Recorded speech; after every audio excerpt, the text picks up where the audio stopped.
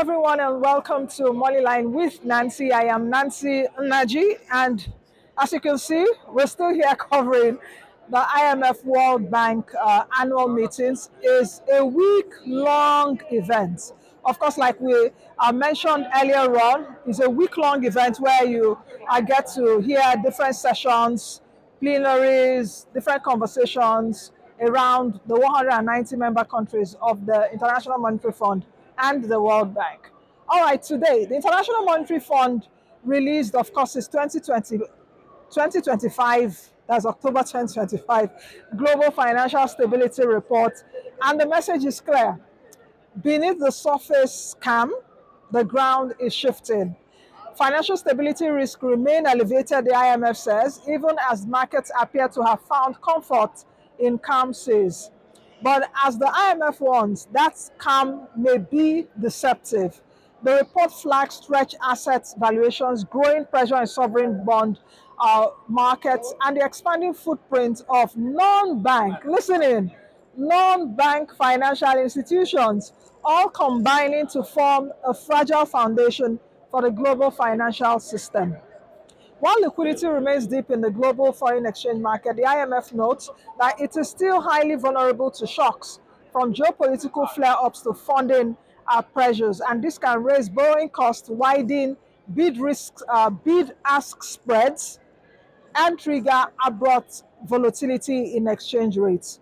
For emerging markets, local currency bond markets have indeed deepened, a bright spot, yet the risk of over-reliance on narrow investor bases and weak policy frameworks remain real. The fund's Chapter 1, aptly titled Shifting Ground Beneath the Calm, reminds policymakers and investors alike that valuations across many risk assets have risen well above fundamentals. It warns that an abrupt correction or a sharp spike in yields could strain bank balance sheets, especially with the deepening links between banks and non-bank institutions, especially with what we're seeing in Nigeria now. These interconnections could magnify shocks across markets and continents. So what's the call to action? Policymakers are urged to stay vigilant, protect central banks' independence, curb rising deficits, and accelerate the full implementation of Basel III standards, and importantly, strengthen oversight of non-bank players and stable coins to prevent small sparks from igniting systemic fires. So let's take a break. We'll be right back.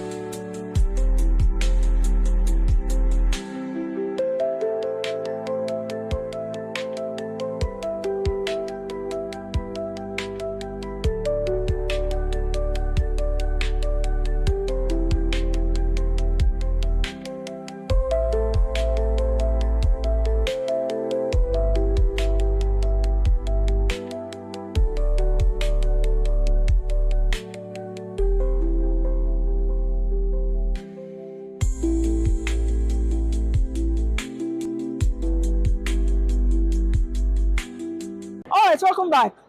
Earlier on, I did speak about financial stability. Of course, the IMF released this GSFR, which I talked about earlier on. You'll be getting to see the excerpt in a few minutes from now. But many of you viewers have reached out, and you indeed reach out every day with pressing questions about how these global shifts can affect your money. We get it. I get it. Going by the many questions we get on the show, many people are overwhelmed by the new tax laws that are coming, insurance rules, endless scam platforms promising impossible returns. At Moneyline with Nancy, we get these questions every day. How do I assess my shares, for example? How do I assess my old shares? Where are my dividends?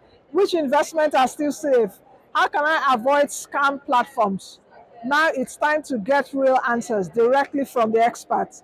Join us for the Moneyline with Nancy Investment Forum a hybrid event that's physical and virtual, where finance, business, and investment leaders will break it all down for you. The date is November 12th, Yaradua Center, 9 a.m. Register now by scanning the QR code or call the number on your screen, or visit our website, moneylinewithnancy.com, to register. I look forward to seeing you there. All right, it's another time for a quick break. But when we return, I will take you straight to the IMF's Global Financial Stability Report launch, what these findings mean for markets, investors, and policymakers. Stay tuned. This is Moneyline with Nancy, and this is a program that sets your business day for you. Inflation played a 9-1 on us, and the cost of doing business and the cost of living crisis persists. But we can win. We can win on those two things. We need to work on our infrastructure, maintain what we have, and add new infrastructure. Isn't it interesting to you that it still costs less to ship something from China to Lagos than from Dakar to Nigeria? Resilience is not only bouncing back when there is crisis or shocks. Resilience is about the ability to adapt, the ability to innovate, the ability to thrive in a VUCA world, which is basically a world that we have a lot of vulnerabilities, a world that we have a lot of uncertainty. Thank you, Nancy. You've been doing a great job in trying to educate Nigerians, and we must appreciate you for that. Everybody tells me you're the gold standard in this business, yeah. Oh, Nancy Naji, be the best you can be, and be that change that you want to see.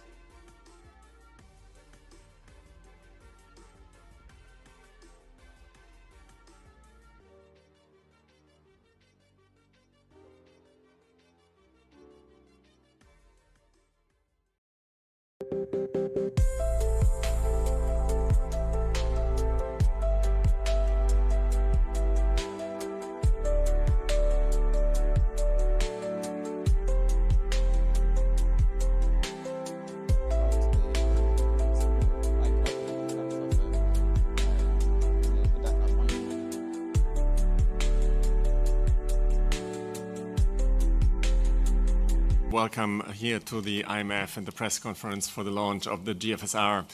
In April, markets sold off in response to the tariff announcements, including stocks, longer-term bonds, and the US dollar exchange rate. Since then, markets have recovered strongly, with major advanced economies up about 10 to 15% year to date, and emerging markets about twice as much.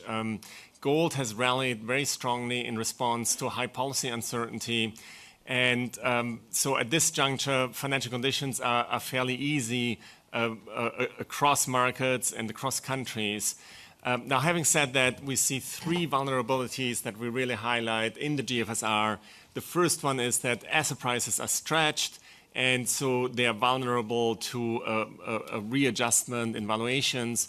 The second vulnerability is about the interaction with non-bank financial institutions. So if asset prices were to adjust, that could impact non-banks and could potentially lead to redemptions and further pressures on valuations.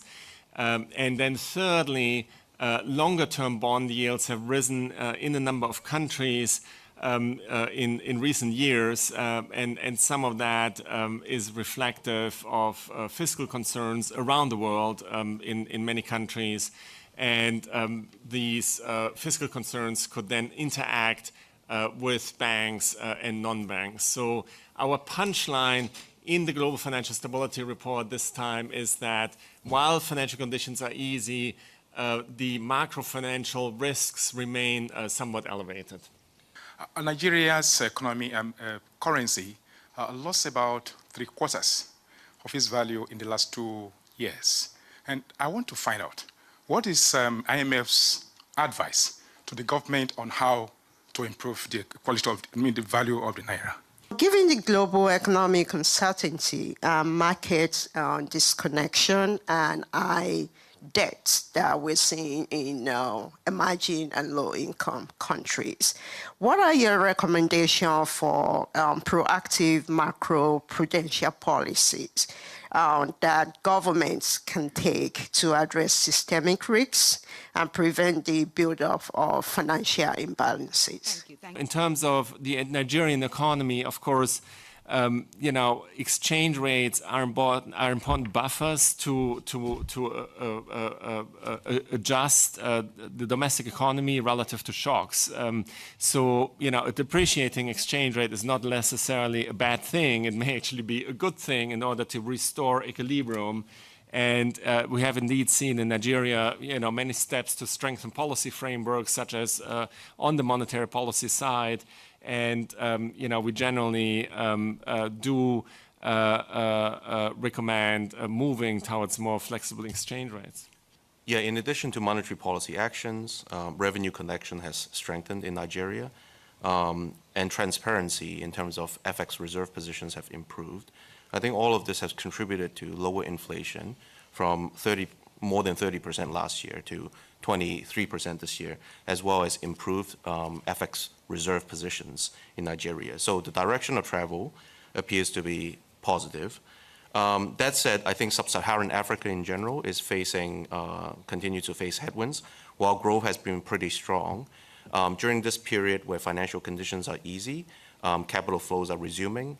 It is also possible that the previous capital flow surge and then retrenchment cycles that we have seen before could happen. And when that happens, it would expose some of these economies with vulnerabilities, right? Particularly when foreign investments were to retrace.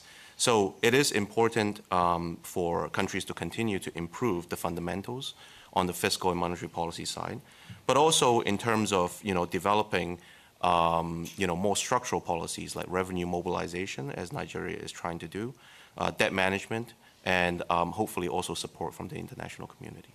There are the tariffs on every country on the planet, including on Penguin Island near Australia, where nobody lives. There's the politicization, the attempt to politicize the Federal Reserve, attempt to fire the Federal Reserve chairman, and to fire Lisa Cook, who is the black woman who is a member of the Federal Reserve Board of Governors. So taking all this into consideration, is President Trump and his policies a long-term threat to the financial stability? Thank you. Yes, so as I said at the outset, markets have performed strongly this year. So there is certainly heightened policy uncertainty around the world in many countries. But market volatility is aligned with historical standards. In April, after the tariff announcements, there was a spike in volatility, but that has reverted back to lower levels. So markets, are certainly reacting to the flow of news, but have remained fairly robust. And issuance has been robust. So many emerging markets and frontier economies have come to market, have been able to issue debt. Global liquidity remains ample. I just want to follow up on the fact that high quality bonds are basically the safe haven. Since 2022, bonds and equities are moving in the right direction, so that diversification effect is no longer there. So that perhaps is contradicting the fact that there's a safe haven. The other aspect that I would like you to comment on, in nominal terms, yes, they are safe haven, but how about inflation? Yeah. You get money back, but depreciated. Thanks. Thank you. Yeah, these are excellent questions. So it is indeed the case that the correlation between stocks and bonds has shifted, and that happens sometimes. It may be related to the nature of shocks. So we have seen more shocks that are related to the supply side of the economy. And for supply shocks, this hedging property of stocks and bonds may be shifting. And as a result, there's higher correlation, basically positive correlation as opposed to negative correlation between stocks and bonds, and so that is indeed changing the hedging properties. As I alluded to earlier, we have indeed seen an increase in term premia of longer-term bonds, and that is true for both nominal bonds as well as for real bonds. So there are treasury inflation-protected bonds in many countries, And these real term premia are the main reason why term premia have gone up. And to some extent, that may indeed be linked to this hedging property. Welcome back. Fascinating insights there from the IMF team. A reminder that while markets may look calm, vigilance must remain high. But that leads us to an equally important conversation: the future of finance. What will the next decade hold for global capital flows, digital currencies, and Africa's financial integration into the global economy? The next session you'll be watching dives right into that: the future of finance, innovation, inclusion, and integrity. Don't go anywhere. The conversation continues. You'll be watching the president of the World Bank, IMF Kristalina Georgieva, and other private sector leaders in this next clip. So it's really great for us to talk about the future of finance, crypto, regulations, opportunities, risks. Managing Director Georgieva, is the future of finance crypto? The future of finance, for sure, is digital. We know that digitalization is moving very rapidly. We know from history that finance is very quick to take advantage of technology. Remember the telegraph? Telegraph comes, it impacts finance. Internet, it impacts finance. Now we have a technology, the technology that makes it possible to get blockchain to underpin finance, and I am convinced that we would see a bigger role in the future. I want to make 3 points why I think there would be a bigger role. The first one is when you look at digitalization in the world of financial assets, so much has happened so fast. It was year 2008 when the famous paper of author unknown on Bitcoin was published. Today, Bitcoin is a dominant part of the crypto assets, and crypto assets represent 7% of assets in the United States. $4 trillion, from 0 to 4 trillion over a relatively short period of time. And actually, when I go back in history, remember 2009, Bitcoin comes to life, 2010, 2011. How much was one Bitcoin? 1 cent. Should have bought it. 1 cent. So how many of you here are saying, I wished I bought $100 of Bitcoin then? But the message I want to convey is that at that time, it was a completely new thing. Not much trust was put into it. And over time, we got to a point when crypto assets, these digital assets from a decentralized blockchain without central authority, are $4 trillion equivalent. My second point is that aside of this unbacked digital asset, we now have backed and sometimes fully backed digital assets as stablecoins. And stablecoins, one of them represented on this panel, they are still tracking Bitcoin and Tether, but not by a long margin. Today, stablecoins are $300 billion. You would say, well, 4 trillion here, 300 billion there. But with speed with which stablecoins are expanding is actually much more rapid than what we have seen with the unbacked assets. And my third point is that we now see much more attention to regulating stable coins regulating this world. Now, we have to recognize we are in early days. We have the Genius Act here in the United States. The Europeans had their own approach to regulation. You have in Singapore, you have done your part. There is a lot of catch-up to be done because these different regulatory frameworks don't yet quite gel, so there is a real risk of fragmentation. But the trajectory is one towards digitalization of the world of money and the clear separation between those assets that are backed, stable coins, and those that are not. And within the universe of stable coins, can I say that some stable coins are more stable than others? And we have seen this last week.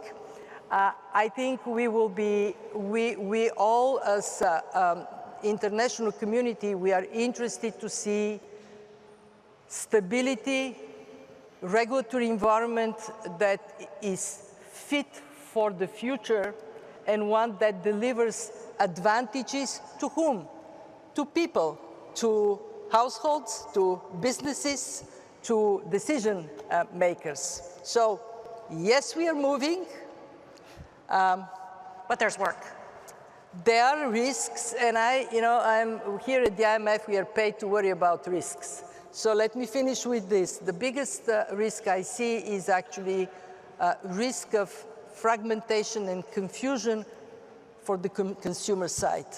And that if we are at the front, if we are to be obsessed with one thing, it is how to minimize this particular risk. Okay, so let's get into all of this. So Jeremy runs a company called Circle. I was just looking. So you priced your IPO this year at $31 and now trading around $132, $33 billion market cap. Good job. Thank you. Where does stablecoin fit in to the future of finance as the MD described it, and what is it going to be used for? Yeah. So I think, from my perspective, we're still in the very early stages of the development of this. And I think for a long time, I've advocated for this idea that we could have full reserve money, so very safe, fully reserved money, fiat money, dollars, euros, RMB, pick your currency, but fully reserved money that could be utilized on the open internet, just like we can utilize protocols on the internet for information and data and communication. So essentially imbuing in the dollar or the euro or others the technological utility of the internet and getting to a world where you have this ultra safe, fully reserved money that could effectively move at no cost with incredible velocity and speed, and that we could create an infrastructure where not only could money move as frictionlessly as data and information moves, but that you could actually begin to write contracts and intermediate that money in powerful new ways, so that in a sense, the internet itself gets upgraded to provide an economic coordination layer. We haven't actually had that. There hasn't been a way to actually do economic coordination on the internet. And so when I think about stablecoins today, 300 billion in circulation, credible analysts, whether it's the US Treasury Department or major global research firms, thinking that this will itself go to $4 trillion potentially over the next 5 years. So stablecoin money becoming a larger part of the electronic money supply. But I think the thing that, it's not apples to apples. I think that this money will be the highest utility form of money that we've ever had. And as we enter the age of machines and of more and more of work and labor and intermediation happening with machines, we're gonna need to upgrade this economic infrastructure and the monetary infrastructure to contemplate that world. And I guess, when we look at it today, USDC has, there's 76 billion in circulation. Now that's grown over 80% year over year. It's growing very steadily. But the amount of, the velocity of that money is also extraordinary. So we see sometimes, well over $2 trillion a month of transactions done with USDC. And so that gives you a sense for the money stock to the money velocity.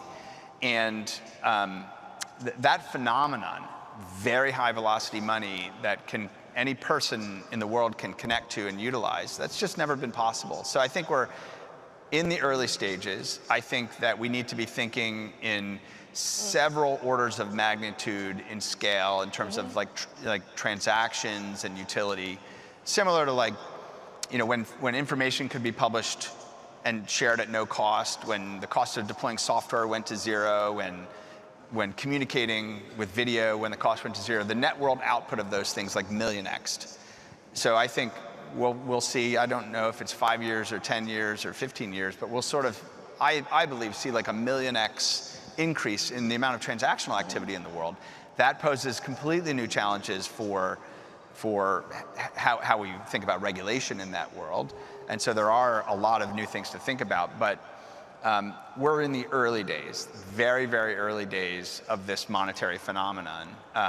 It's great to be collaborating with everyone who's here, in fact, because we're all thinking about this together. It's not a solved problem.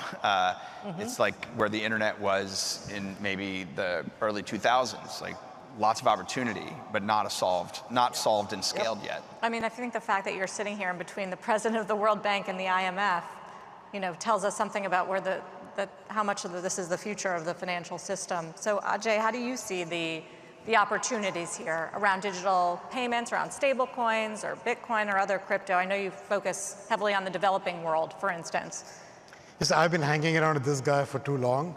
And I've known him from my prior career when we used to, at MasterCard, when we actually used to meet and talk frequently, because he was one of those who understood that the way forward for this idea and this technology, what he just described as a redefining of the internet to make it more user for this kind of work, he was the one who was willing to do this within the realms of guidelines and regulation, always, from day one. And I think that's a distinguishing feature of Jeremy Ann's circle that we should not forget to acknowledge as we discuss this, which is why I'm glad he's on this panel. Why didn't you buy his company then? Huh? Why didn't you buy his company then? Why didn't I buy his company? Because he didn't want to sell, because he's bloody smart and knew he was going to make a lot more money if he stuck it out, right? Which is why I was patting him on the hand, because my last board meeting as MasterCard CEO, he was the guest speaker. And the logic was, this is only the beginning. There's more to come. Listen to him. It will be interesting. That's how I introduced him. So I understand what he's trying to do. Let me come back to what you asked me. So it's very early days, but think about the power of what he just said about reconciling contracts and payments for small businesses. When you talk to JP Morgan, they will tell you every month end on their cash management platform, what's the level of unreconciled bills between what they're getting as payments of invoices versus what's actually getting paid out. And it gets settled every month, but it's a nightmare for these guys. It becomes easier with this because of the way data can flow. From my point of view, the main use currently that stablecoins will really come into interesting space for is cross-border movement of money. Domestic movement of money, less so right now, and I'm adding right now for a reason. But cross-border is very interesting. So when you look at it from my perspective, financial inclusion is kind of what I care about. But financial inclusion is not just getting your remittance money or your SME payment quicker, faster, cheaper. That's very important. But what it really matters after that is what can you do with that history, that knowledge, and that capacity. For that, you still need an on-ramp and an off-ramp into the banking system, because that's from where you get building of credit histories and building of an insurance history. That's real financial inclusion. But this could be the plank that enables that to get done so much better. So my way of thinking about what Jeremy is doing and people like him are doing is, once you have the right regulations in place, and the regulations are patchy, as Kristalina said, but they are there and they're beginning, then you can start thinking about how to use this platform to enable quicker, faster, cheaper movement of money. And then from there, to build upon that to include real financial inclusion with credit histories and insurance histories. And I can see that coming in relatively short order. Derjing, I'm wondering what you have found, because you were very early in implementing a framework for crypto and digital currencies in Singapore. So what have you found about what works and where the opportunity has been? So we've had a long association with some of the panelists here. So certainly with Umar and his team, there's been a long association from the start of the digital asset team, right from the beginning in JP Morgan. And certainly Jeremy and I have been talking for a very long time. So in the space, we've seen tremendous interest for wholesale business. Now, at the very beginning, I think the proposition was always put, do you see a case for digital money and digital CBDC for retail purposes? Our position and our belief has always been, no, not really. We think, like Kristalina says, the future is digital, but DLT is not the only digital means to do it. And for the retail space, we've seen tremendous improvements in digital reach through commercial bank money and through e-wallets and so on. And that's been quite efficient and quite low cost. And we've also had fast payment systems and an interlinking of fast payment systems across countries and providing that low-cost channel for quick settlement. Now, in the wholesale space, I think is where we've received feedback that there is a lot of promise and interest for putting multiple currencies on-chain, for putting multiple different kinds of assets tokenized on-chain and having these transacted and settled. And certainly for a lot of the early takeoff in terms of the wholesale use cases has been in the cash management space, multi-currency cash management. And we see a lot of strong corporate interest and financial institution interest to offer into that service. In fact, out of some of our early experiments in this, a joint venture company was launched in Singapore, comprising a few important institutions in conventional finance. But they have launched this, they're offering this as a multi-currency platform for settling cross-border payments, but also settling securities tokenized and so on. So yeah, so we see promise in the wholesale space. Umar, you at JP Morgan, head of payments, are in charge of what? Explain your job and how much of it is building the infrastructure of the blockchain, for instance, which I know is an increasing part of your business on payments. So, I mean, just to start, I think it's a bit hard to explain your own job, but, you know, I run the... Well, I could explain it, but I mean, better. We basically essentially do for companies, governments, banks, financial institutions, what a retail bank does for consumers. So we store their money, we move their money, we help them accept money, we help them send money. So all those things. We run the biggest payments platform in the world. On any average given day, we will move between 10 and $11 trillion, with a peak going above 15, which I don't think any bank actually has ever gotten to anywhere close to that number. Now, that results in, you know, a couple of things. Obviously, you're a scale player, but then you meet friends like Jeremy and Jeremy's team. By the way, you know, we were the lead on their IPO, and they are good friends of ours and good partners. But doesn't it compete with you? No, but I'm saying that basically shows you the future. In reality, innovation is a given. You will always have innovation. You'll have innovation in the means of payment. You will have innovation in infrastructure. I mean, just look at countries even. Forget DLT. Look at India from 10 years ago. Look at Brazil from 10 years ago. Look at China from 20 years ago. Look at any of these places. They have gone from a heavily paper-based, generally grayish type economy to a much more transparent, almost zero-cost electronic economy in each of these countries. So innovation is happening all the time. And in our mind, I think all that basically shows us is when we looked at DLT 10 plus years ago, this is when Ethereum came about, we looked at it as a technology that could potentially disrupt JP Morgan, not just from a payments point of view, but from a securities point of view. The number of companies who were leading in their space and then they went extinct in 20 years is quite high over history. So we wanted to make sure we were ahead of the cycle. We basically started to build our own solutions at that point in terms of payments. Now, in our mind, stable coins, commercial bank money, central bank money, all these things will coexist. Yep. In reality, things coexist. Even if you're sitting in the US, PayPal coexists with banks who coexist with the Fed. In Singapore, Grab coexists with DBS, which coexists with MAS. Like, these things just coexist and work with each other. You know, you can decide if one thing is going to be 5% of payments and one thing is going to be 25% of payments, but these things will coexist and they will form an ecosystem. Certain things, as has been said already by most of the panel, are done potentially better with stablecoins. For instance, today, if you want to actually trade on crypto rails, there is no better means than a stablecoin, and I would argue that Jeremy and Jeremy's team run probably one of the most controlled, most compliant stablecoins that exist today. Similarly, if you are talking about store of value outside the US, stablecoins are probably an easier way to go than anything else. Retail, it's fruitful for disruption, especially end-to-end global money movement, though it remains to be seen what the reaction on the KYC front will be, and to Ajay's point, like, can you actually use the stablecoin on the other end?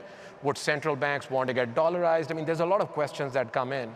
On the wholesale side too, there's interest, but I think we feel that our clients, and we serve basically pretty much everyone in the Fortune 20 and most of them Fortune 50, they want to use the upsides, the stuff that Jeremy mentioned in terms of programmability, always on, 24/7, no cutoffs. They're not actually concerned about whether they use stablecoin or commercial bank money or whatever. Whoever provides them the right solution, they will use it. So I think that's how we've thought about it. We'll sit in the money stack between M0, which is, you know, central bank, and M2+, which is essentially where stablecoins. Yep. We are the middle of the stack. So do you see, I mean, Kristalina raised the risk of fragmentation as one of the bigger risks. I think it's actually probably the primary risk to stablecoins is having too many stablecoins. Because at some point, you might get into a singleness of money issue, which becomes overwhelming. So if I have to go to Starbucks outside and then figure out which dollar I'm going to pay with, that's a problem. Yes. And at that point, I will go, you know what, I might as well use the US dollar cash versus going to anything. So I think we need to preserve singleness of money. Right now, we have a few big players, but I think one of the side effects of Genius and others is there has been a bit of a Cambrian explosion of everyone and their uncle who wants to launch a stablecoin. Yeah. Who knows how many will survive, but I think that becomes a threat. So Jeremy, what do you do about that? How do you get rid of all the others? Yeah, I mean, I think stablecoins today are actually, they're internet platform utilities and networks. So if you think about something like USDC today, it's a platform in that it's an open protocol anyone can build on top of. So tens of thousands of developers who are building software, who are building financial products and services, can openly just connect to this network and connect to this protocol, and then they have a nearly free dollar storage and settlement system that they can plug into. And so it has classic platform network effects. It has classic developer flywheels. As developers build applications that integrate to the network, it increases the utility of the network, which attracts more developers to build to the network. And it's why if you're building a product that needs digital dollars on a blockchain today, you're going to support USDC because you would be at a competitive disadvantage if you don't. And so one is that you have this platform utility network effect model. The other is that stablecoins today have liquidity network effects. So you ultimately, you have an asset that has to be liquid against another asset. And the liquidity is a network effect. The depth of liquidity, the width of liquidity, the reach of liquidity, the actual primary liquidity with the existing banking system, the secondary market liquidity with banking systems and electronic money systems around the world. And those liquidity network effects are huge as well. And so the marginal value of a net new dollar stablecoin is effectively zero. Like, it doesn't bring any liquidity, it doesn't bring any utility. Now, there will be people who have distribution or utility who bring that and say, hey, I've got a new dollar stablecoin and I have this other utility. And we've seen examples of that. You know, some of the biggest payments companies in the world have launched dollar stablecoins with, you know, where they have hundreds of millions of users, but there's only 1 billion or 2 in circulation, and the actual amount of transactions that happen with it is in the tens of millions of dollars. a day versus the tens of billions of dollars a day. So I think that my view is that the stablecoin market, at least in the dollar world, is a winner-take-most market structure, not a winner-takes-all market structure. So that means, like other internet networks or card networks or major utilities on the internet, there are like 3 to 5 players that achieve scale, and then there's a distribution across those 3 to 5 players. We think we'll be one of those. We are one of those. We think we'll remain one of those. But I actually think that there's probably 2 or 3 that don't exist yet that will exist over the next 5 years. And so I think that the market will evolve because of compliance, because of regulation, and that we're seeing now, I think, major companies who have utility or distribution or who can bring their own liquidity, who can provide more there. But I don't see a world where there's hundreds of these. I think the singleness of money issue is there, but I think the underlying issue is that these are platforms and networks and utilities, and they behave like that. And that's the nature of internet software utilities. And this is an internet software platform game, not a classic monetary system game. It has aspects of both, but I think this is as much shaped by the internet's DNA than it is by the monetary system's DNA.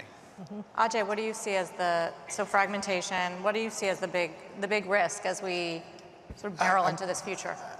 I'm kind of where he is on this. I think of this like a rail. It's rails, and there are alternative rails that will exist.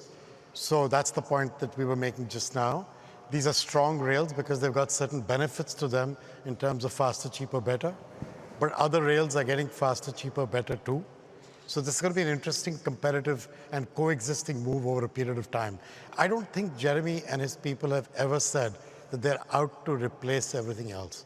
What they're trying to do is to create a utility using the internet which did not exist before they started thinking about it this way, which is why he's such an interesting guy in the way he thinks about it, differently from some of the others. The challenge here is, at the end of the day, you still need this on and off ramp that I referred to earlier. That's the point they were all making. That's because you still have to connect back into the banking system. I can't see myself walking into a Starbucks where I already have to choose between 27 different types of coffee to now add 14 types of payment systems into it. It's not going to happen. So what, is this going to be the dollar? So is it just going to be the dollar? I mean, effectively as of today, or some other 2 or 3 choices will emerge where the USDC will feed into a wallet that becomes the principal use point there. And I can see him doing something like that pretty cleverly. And I think that'll be a good move, things of that nature. But I don't want to give away part of his business strategy because I know how he thinks, but that's what he's going to do. And I think that's a good competitive move. So the challenge at the end of the day is, in the world of finance, trust is everything. Yes. Regulations are interesting and important to create the level playing field that enables players to play on it, but eventually it's built around trust and the monitoring of the regulation and its enforcement. If that trust breaks down, there'll be a problem. If you are dealing with the emerging markets, which is my primary focus, my focus is not the developed world, that's Kristalina as well. She does the whole world. I'm called the World Bank, but I should be called a developing markets, emerging markets bank. That's where my focus is. In those markets, regulators have an interesting challenge ahead of them. It's unlikely that each of those countries will create their own stablecoin. Unlikely. If that be the case, how do they operate in their country with stablecoins that are regulated in a jurisdiction outside of where they are?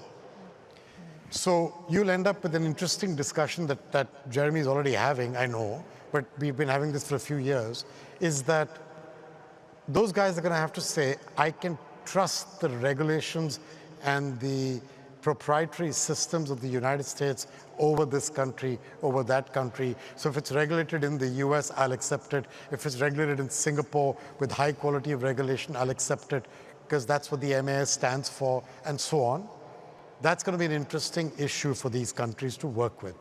They can also choose, therefore, what amount of a stablecoin can be transacted at any point of time. So they could create barriers that enable them to bring a degree of regulation around something which they don't know how to regulate today. But over the coming 3 to 5 years, they're going to have to come to terms with this topic. And that, to me, is where I'm focused. I mean, it sounds like, Kristalina, a job for the IMF. Can you do some sort of central regulation or a way to bridge the gap in different countries having different regulations around crypto so that there can be trust in places that Anjay is talking about? Well, for the IMF, at this stage, which is still things are developing, actually our most important job is to clearly define what is what and why, and then work with our members so they can see themselves in this rapidly changing environment. First, recognize that we need to differentiate between the underlying technology and the functionality of this technology. So we have a distributed ledger technology, we have blockchain. Blockchain can be used for all kinds of things. Blockchain can be used to get other assets, to get securities, to get other things on the blockchain. So not necessarily blockchain equals crypto money.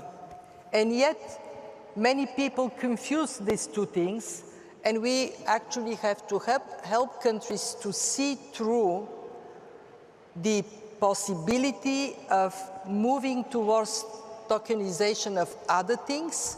So one day, money, let's call it money, and assets may be moving on the same blockchain. How do we cope with this? Second, it is very important to differentiate. There is digitalization going on in fiat money, and it is very good and very powerful. Then there is unbacked crypto, most famous, of course, in the unbacked crypto is Bitcoin. And then there is stablecoin with different degree of stability. And on top of it, we have CBDCs, central bank digital currencies. I saw actually, and I'm sorry, I should have waved immediately, Madam Digital Euro, Christine Lagarde, moved in this corridor. The debate around CBDCs from countries that say absolutely not, never, to countries that say, hey, that's a useful thing to have. So we have multiple developments that complement, but sometimes possibly contradict each other. And the third issue for our membership is to anticipate the impacts of developments elsewhere. I see the governor of the Central Bank of Kazakhstan. Kazakhstan, very advanced, they actually are experimenting with tenge stablecoin. They are experimenting with tenge CBDC because they want to understand this new world for themselves, and other countries are doing it. We know that US dollar-backed stablecoins are overwhelming. 97% of stablecoins today is US. So countries have to ask this question, what does it mean? Are we going to then have monetary policy paralysis because of currency substitution? What do we do? And then you hear very different opinions from let's just ban this guy, to no, we are going to experiment, learn on our own, have something that is ours in that same universe and deploy it. And we as IMF, we need to help countries understand their choices, understand the risks, understand the opportunities. And frankly, when I talk about risks, we have to also concentrate on the risks that really matter. First, interconnectedness. Are we going to be in a fragmented world in which these things don't talk with each other, cannot operate across, and the regulatory environment is so messed up that we actually create more frictions? Second, currency substitution, and actually to everybody here, remember that countries, even with fiat money, if they have weak fundamentals, often rely on somebody else's currency. In the Caribbean, 25% is dollar, not the national currency. Is this going to get worse, or is it actually worse, or it may be not so bad? And the third one is how payments are made. Today, digital, let's call it crypto for simplicity, is to a high degree used for investment purpose. Like Bitcoin is an investment opportunity first and foremost. There is a little bit of use for payment, but that's not the main purpose. Are we going to move to a world in which stablecoins would be a big part of the payment, cross-border payments? And if we go in this world, what does it mean for the international monetary system? What does it mean for our members? So I'll tell you, I look at this audience, and what amazes me is how many people have chosen to come here, even standing, because these are big unanswered questions, and what we do at the fund is to systematically identify what the question is, what are potentially the answers, and help our members walk through those answers carefully. That brings us to the end of today's edition of Moneyline with Nancy here at the IMF World Bank annual meetings. Today's program have tried to unpack for you the Global Financial Stability Report, looked at the risk lurking beneath the market calm, and explored how innovation is redefining the financial landscape. One thing is clear that I took out from today's session, that the financial system seems to innovate faster than any other system. So you need also to build yourself for that. You need to be informed. Remember, of course, that staying informed is your first line of defense in protecting your wealth and building financial resilience. I am Nancy Naji. Thank you for watching. See you next time right here on Moneyline with Nancy. Be the best you can be and be the change that you want to see. Bye for now.